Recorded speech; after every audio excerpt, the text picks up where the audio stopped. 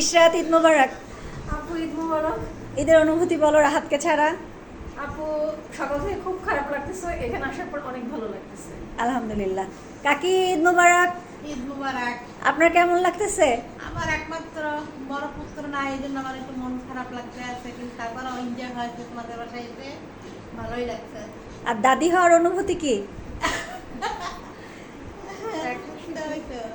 আশীর্বাদ নাতের জন্য। আচ্ছা, পরশ, ঈদ মোবারক। ঈদ মোবারক আপু। এই তোমাকে ঈদ সুন্দর লাগতেছে বেশি।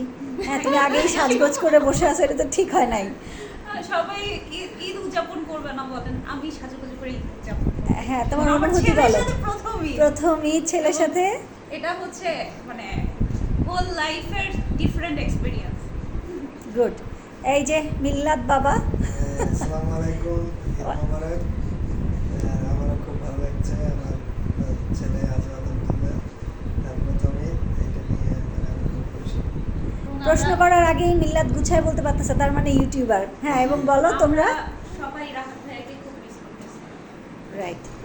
এই যে ফুপা, আপনি কাকে কোলে নিয়ে বসে আছেন? এটা হচ্ছে আব্দুল্লাহ সাহেব। আব্দুল্লাহ সাহেব এই বাসায় আসার জন্য আমরা অনেক হ্যাপি, কারণ হচ্ছে আমাদের ঈদটাকে অনেক বড় করে দিয়েছে। ভয় পাইছে স্বামী। ভয় পেয়েছো? না, ভয় পাইনি। এই যে শায়ান তাজওয়ার, আপনার অনুভূতি কি? শোনা যাচ্ছে না তো আব্বা। বাবা জোরে বলি। সায়ান কত ফিট লম্বা হতে চাও সেটা বলো। আচ্ছা, বলা লাগবে না।